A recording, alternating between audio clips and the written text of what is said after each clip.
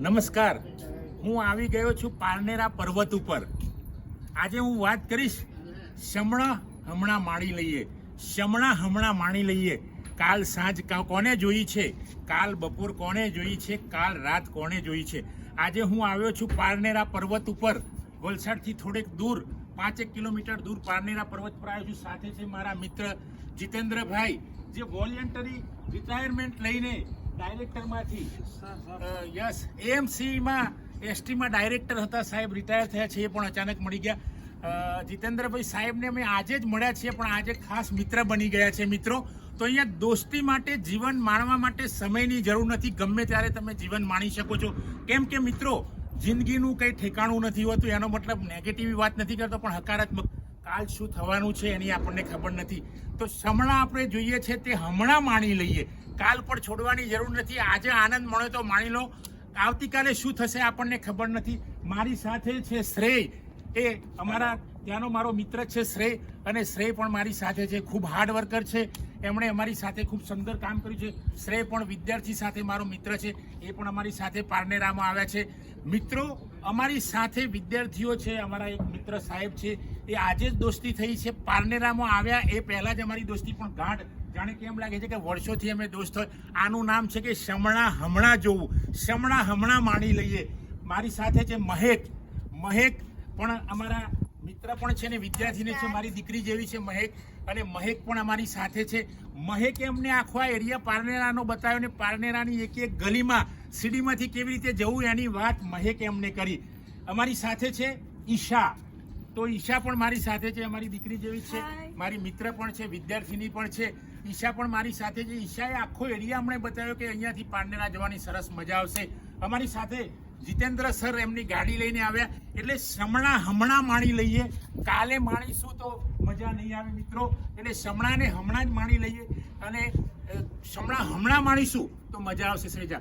અને શમણા જો હમણાં નહીં માણીએ તો કાલ શું થવાનું છે એની કોને ખબર. મિત્રો, આજે આ સૂર્ય તપી રહ્યો છે, સંધ્યા સમય થવા આવ્યો છે, અને સંધ્યા રાત ક્યારે બનશે એ આપણને ખબર નથી. એટલે હમણાં જ માણી લઈએ આજને. આવતીકાલે કલાક પછી શું થવાનું છે આપણને ખબર નથી. એટલે મિત્રો, રાહ ન જુઓ. જ્યાં જઈએ, જે આનંદ મળે એને માણી લો. કારણ કે દુઃખ ક્યારે આવશે આપણને ખબર નથી. સુખ જે મળ્યું છે, હાલ જે મળ્યું છે માણી લો. કારણ કે અમે તિથલ પણ જઈને આવ્યા, જીતેન્દ્ર સર સાથે, અમારા મિત્રો સાથે તિથલ પણ જઈને આવ્યા. તિથલ પણ ખૂબ મજા આવી ગઈ. તિથલ સિવાય અમને મહકે જુદી જુદી નદીઓના દર્શન કરાવ્યા. અહીંયા આજુબાજુમાં છે, અહીંયા બાજુમાં પારનેરાની બાજુમાં એક મોટી અતુલ કંપની છે, એ અતુલ કંપની પણ અમને દર્શન કરાવ્યા. આ બાજુ એમને જે મેટ્રો ટ્રેન સિવાય બુલેટ ટ્રેન જવાની છે એની પણ અમને દર્શન કરાવ્યા. સામે બુલેટ ટ્રેન દેખાય છે. એટલું સુંદર વાતાવરણ છે કે જ્યારે અહીંયા ઈશ્વર છે. ઈશ્વર તો સર્વત્ર છે. અમે મંદિરમાં, પારનેરાના માતાજીના મંદિરમાં આવ્યા છે, ત્યાં તો માતાજી છે જ, પણ ઈશ્વર ક્યાં નથી? ઈશ્વર તો બધી જ જગ્યાએ છે. એટલે તો હું મિત્રો કહું છું કે ઈશ્વરના દર્શન કરવા હોય તો આવી પ્રકૃતિમાં આવો, આવા પર્વત પર આવો, જ્યાં વૃક્ષો અસંખ્ય છે એવી જગ્યાએ તમે આવો, અને સાથે આવા મિત્રો, જીતેન્દ્રભાઈ જેવા મિત્રો લાવો, અમારા શ્રેય જેવા દોસ્તોને લાવો, અમારી દીકરી નિશા, ઈશા સાથે છે એને લાવો, મહક પણ અમારી દીકરી, અને આ તો બધા મારા મિત્રો બની ગયા છે. તો એમની સાથે આવો. ક્યાંય અમારી ઓળખાણ નથી, અમારી અચાનક કોઈ કારણસર ઓળખાણ થઈ ગઈ અને અમે ભેગા મળી ગયા બધા એકબીજાને. 15 દિવસ પહેલા અમે એકબીજાને ઓળખતા નહોતા, અચાનક અમે મળી ગયા, અને એટલી સરસ મિત્રતા થઈ ગઈ. એટલી બધી મોજ કરી છે અમે સાથે, કામ ખૂબ કર્યું છે, અને સાથે મોજ મસ્તી પણ કરી છે.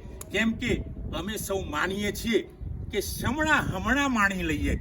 શમણા જે આવ્યું આપણને, બપોરને શમણું આવ્યું કે ભાઈ મારે પારનેરા જોવું છે, જઈ આવો મિત્રો. ઘણા મિત્રો મેં અહીંયા પૂછપરછ કરી છે, તો એ એવું માને છે કે અમે પારનેરા જોયું જ નથી. કારણ કે નજીકમાં 5 કિલોમીટર છે, અને અમે પારનેરા આવ્યા ત્યારે લાગ્યું કે આ તો સ્વર્ગમાં આવી ગયા છીએ. મિત્રો, સ્વર્ગ એટલે રિયલમાં સ્વર્ગ છે, જ્યાં પ્રકૃતિ છે, જ્યાં ઝાડ છે, વૃક્ષો છે, ફૂલ છોડ છે, જ્યાં માતાજીની ધજાઓ છે, માતાજીના ગુમ્મટ છે, ત્યાં જ ખરેખર તો સ્વર્ગ છે. તો આવા સ્વર્ગ માણીએ. આનું નામ જ ઈશ્વરના દર્શન. ઈશ્વર તો ક્યાંય કોઈ રૂપે થોડો આવવાનો છે. ઈશ્વર તો અહીંયા પ્રકૃતિની રૂપે બેઠો છે, અહીંયા ધજામાં બેઠો છે, અહીંયા મંદિરમાં માતાજી બેઠા છે. ક્યાંય ઈશ્વર તમને પ્રત્યેક જોવા મળવાનો નથી, પણ પ્રકૃતિમાં. સામે તળાવ દેખાય છે, જુઓ ભાઈ, સામે તળાવ દેખાય છે, ત્યાં ઈશ્વર છે. આ સામે વૃક્ષો દેખાય છે, ત્યાં ઈશ્વર છે. આ સામે જુદી જુદી તમે જોશો તો છેક આકાશ ક્ષિતિજ દેખાય છે, એ પણ ઈશ્વર છે. તો મિત્રો, આપ સૌને હું વિનંતી કરું છું કે આપ સૌ અહીંયા આવો અને આ પારનેરા પર્વતના દર્શન કરો. ત્યાં તમને માતાજીના દર્શન થશે, તમે જેવી શ્રદ્ધા હશે એવા દર્શન થશે. કારણ કે ઈશ્વર તો સર્વત્ર છે, પરમાત્મા તો આપણો આત્મા જ છે. અને એ આત્મા સાથે તમે આત્મીયતાથી આવો, મંદિરમાં આવો, પારનેરા પર્વત પર આવો તો તમને ખૂબ મજા આવશે. તમે માણશો અને ખરેખર તમને બપોરે સમણું આવી હોય, રાત્રે સમણું આવી હોય અને એમ થાય કે મારે પારનેરા જવું છે, તો મિત્રો આ જેમ અમારી સાથે જીતેન્દ્રભાઈ આવ્યા છે એમ તમે પણ ભૂલતા નહીં કે પારનેરા આવવાનું, અથવા તો જ્યાં ઈચ્છા થાય ત્યાં જતા રહો. કારણ કે ક્ષણ પછી ક્ષણની આપણને ખબર નથી, કારણ કે કુદરતના હાથમાં છે, ભગવાનના હાથમાં છે. એટલે મિત્રો, સમણું આવે તો એને તાત્કાલિક માણી લો. એટલે તો મેં આનું શીર્ષક આપ્યું છે, મિત્રો, સમણા હમણાં માણી લઈએ, કાલ ઉપર છોડવાની જરૂર નથી. તો મિત્રો, આજે આટલું જ કહીશ. પ્રકૃતિને સૌ મારો. આપ સૌ પણ વલસાડથી નજીક 5 કિલોમીટર દૂર પારનેરા પર આવો અને એનો માણો. કારણ કે આ પારનેરા વિશે મારા ભત્રીજા ચિદવિલાસ શિક્ષક છે, અને મને ઘણીવાર કહ્યું કે તમે મારી સાથે આવો, પણ હું આવી શક્યો નહોતું. મારું એ વખતેનું સમનું સાકાર નહોતું થયું. પણ ચિદવિલાસે ફરીથી મને ફોન કરીને કહ્યું કે તમે વલસાડથી 5 કિલોમીટર દૂર નજીકમાં પારનેરા પર્વત છે, ત્યાં જાઓ, ખૂબ મજા આવશે. ખરેખર મિત્રો, મને અહીંયા ઈશ્વરના દર્શન થયા. કારણ કે અહીંયા પ્રકૃતિ ખીલેલી છે, અહીંયા તળાવો છે, નદીઓ છે, સરોવરો છે, સામે ભૌતિક સુખો ધરાવતા બુલેટ ટ્રેન પણ પસાર થઈ રહી છે, ત્યાં બોમ્બે અમદાવાદ હાઈવે પણ પસાર થઈ રહ્યો છે.